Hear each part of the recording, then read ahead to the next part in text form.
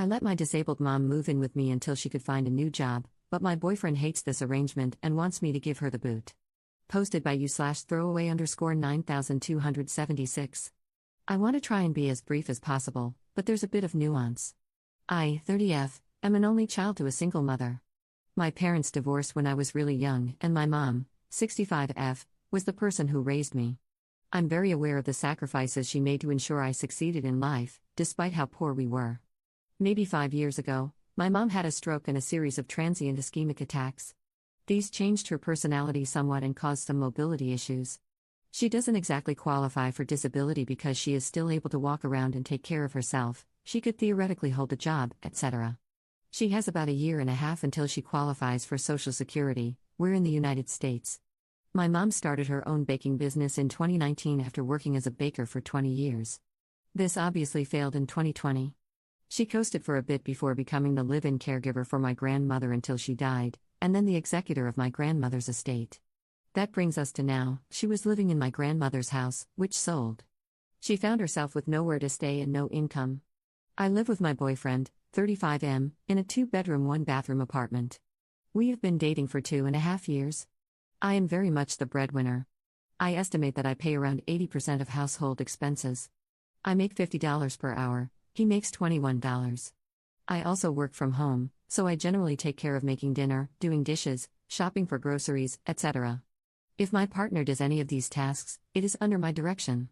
We originally agreed my mom could come stay for a month while she found a job.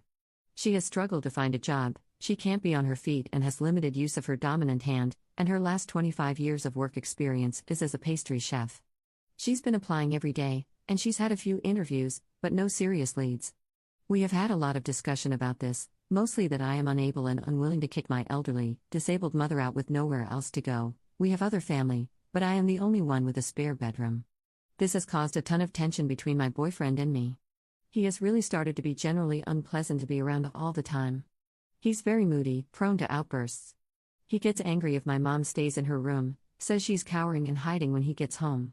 He's even more angry if she and I are on the couch together when he gets home. I feel like I'm a stranger in you and your mom's house. If I go into my mom's room to talk for a little bit, he says I'm ignoring him. Along with this, he's started to tell me almost daily that I don't do things with him enough. I don't kiss him enough, snuggle enough, talk to him enough, etc., etc. Anytime I am doing something fun or for myself, he will start a big fight. It feels like living with a storm cloud, and I constantly feel like I'm dropping the ball in like 7 different arenas. This all came to a head this weekend because he was driving me to a photo shoot. I had been working on making this big, crazy costume, and a friend volunteered to take some pictures of me wearing the costume. I can't emphasize how meaningful this was to me, and he decided this was the time to tell me that he would never tell me to kick my mom out, but he's really angry that I haven't done it already, and that I should be on team us more than team someone else. I understand a relationship should be a priority, and my mom has been with us almost 5 months. I don't think that this is an easy situation or one that he isn't allowed to have feelings about. But the fact that he seems to genuinely believe that I should kick my elderly, disabled mother out into the street really shocks me. It also makes me really question our future. Like, if this is how he is acting over a family member needing our spare room for a time, what would happen if we had a special needs child? Or if something happened to me?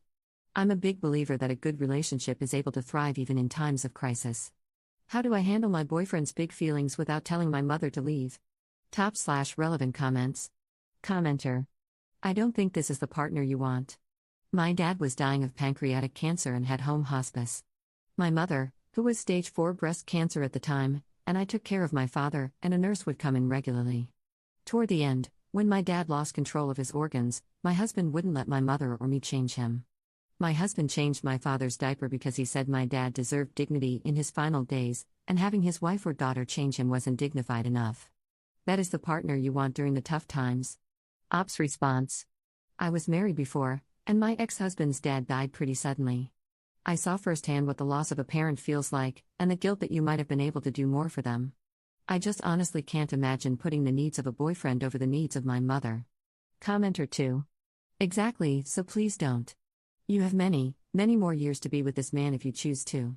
But you really cannot tell how many more years you will have with your mother, and to me, the weight of angering some man is so minuscule compared to the weight of not being there for my mother when she needs me, who was always there for me, which would be devastating to live with. Commenter 3. I can 100% see both sides and understand why BF doesn't like it. However, BF is a choosing beggar. He is unhappy that his sweet deal has come to an end. He had a housewife who paid 80% of his bills. Is this really someone you'd want to have kids with? That would mean time off work, depending on C-section, etc., more money for things like daycare, and much more work at home for you with a dead weight for a partner. It sounds like you've dodged a bullet finding this out now. Clearly, he wants the status quo to remain, but he has to leave if he doesn't want to live with your mom. Update 24 days later. Thank you so much to everyone who offered advice on my previous post. So much of it has been really helpful. I did my best to reply to comments, and I was surprised by all the responses I got. So much has happened since I posted this, and I feel there was some information I excluded from the original post because it felt irrelevant at the time, but now it does seem relevant. First, I kind of want to elaborate on my mom's behavior while living with us. This didn't originally feel relevant to the post because my mom really feels like a fixed point to me, like she's going to behave how she behaves. That doesn't change the fact that she's my mom, and I feel I have a responsibility toward her as long as she isn't violent or outright abusive. Also, I'm pretty desensitized to my mom's quirks. I've been dealing with her my whole life. It doesn't really occur to me to think critically about her behavior. My mom is really manipulative, and I am easy to manipulate. She is the type of person who will make small, seemingly innocuous comments that, over time, kind of create a new reality if you are around her frequently. So over the time she lived with us, she really made me feel that 65 is very old, and it's unreasonable to expect a 65-year-old to take care of herself. She also basically didn't take care of her personal hygiene. It was very hard to get her to shower, to the point where she would smell terribly.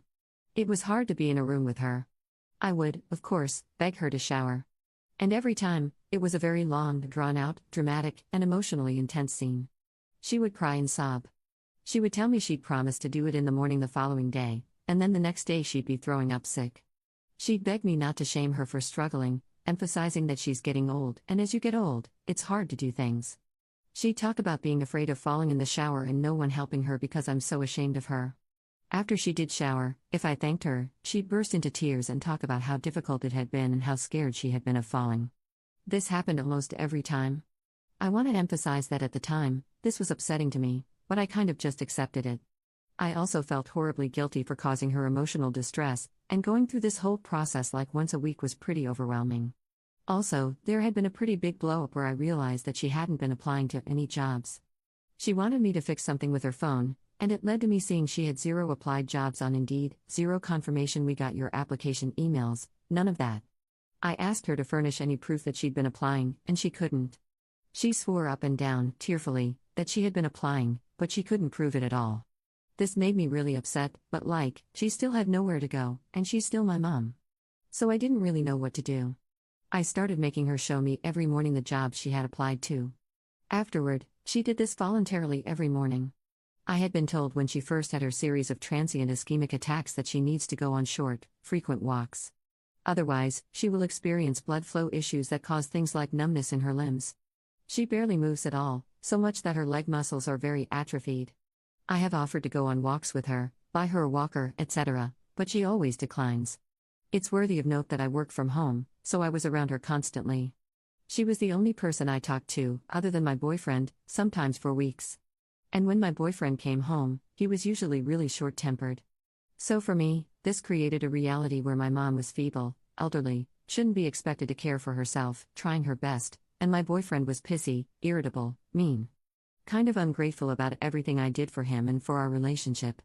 My mom would comment frequently about how hard I work to have dinner ready when he gets home, and how he never appreciates it. How immature he seems compared to me.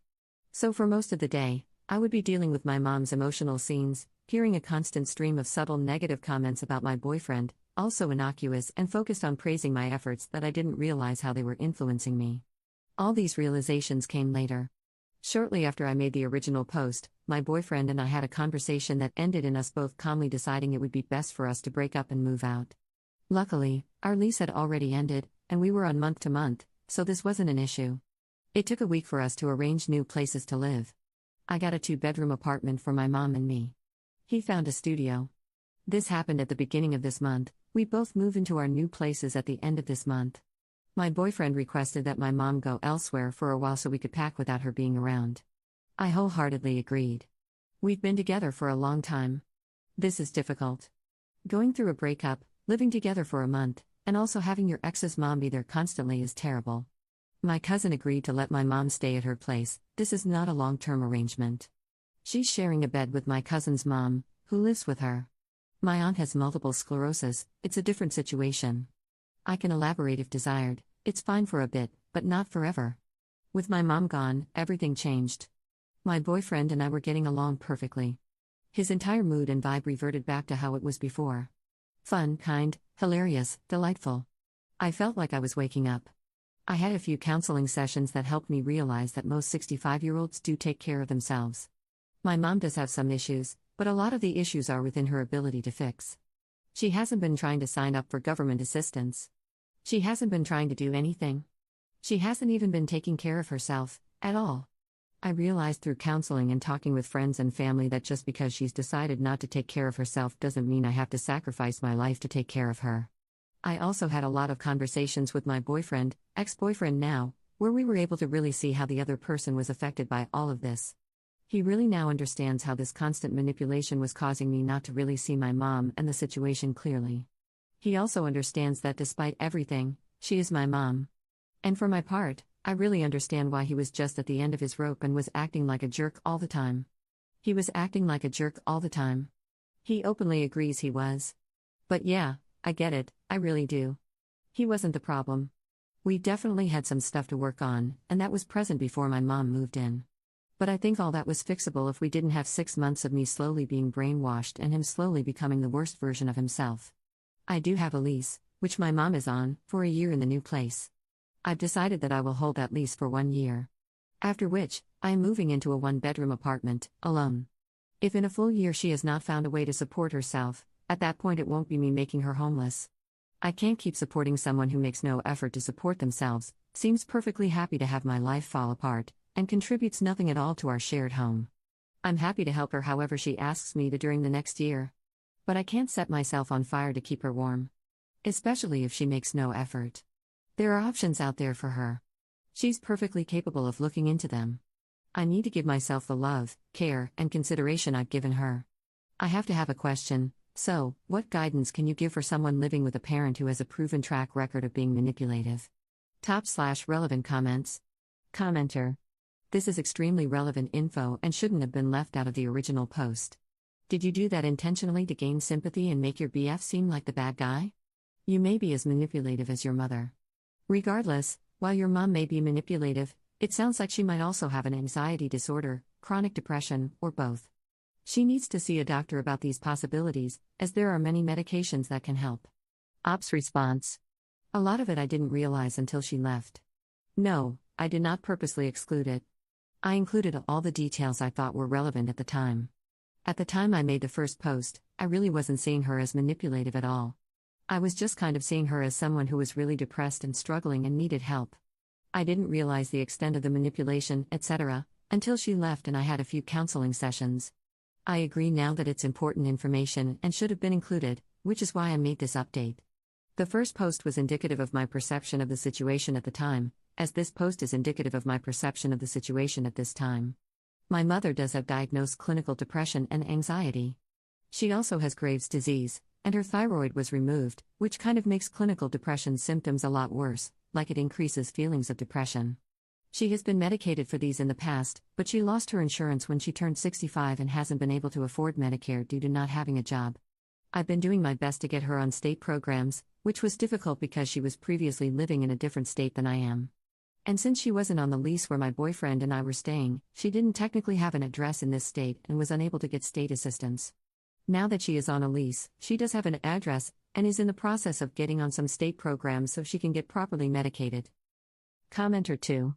You are doing everyone, yourself, your boyfriend, and especially your mom, a disservice by moving in with her for a year. Reread what you wrote. Your inability to assess the situation as unworkable is highly concerning. Ops response. I don't disagree with you. I am really concerned about it. I signed the lease and everything before she went to live with my cousin. At this current moment, my mom really doesn't have anywhere else to go. She's staying with my cousin, and my cousin's husband is kicking her out the day our lease starts. I feel that 1 year is ample time for her to get her crap together, so I won't have to feel like it's my fault if she winds up homeless. I don't think this is, A good solution. But it's kind of the solution I have right now. Commenter 3. That started off so well, and then came the same old excuses. She needs a year, she has nowhere to go, she can't stay at my aunt's. You have not learned nearly as much as you think you have or need to. You are just repeating the same cycle. You know your mom is a whole adult. She knows she can apply for jobs, government assistance, etc. She is choosing not to. Even if she doesn't know how, she can go to an office and get help. I guarantee that in a year, nothing will have changed. She will call your bluff, and you don't have the spine to actually kick her out because she still won't have money and still won't have a place to stay. She is smart enough to manipulate the hell out of you, so she is smart enough to see she can pull your strings to stay and have a live-in nanny do everything for her forever, all at the cost of your happiness, independence, youth, and relationships. Ops response. I certainly hope that this isn't the case.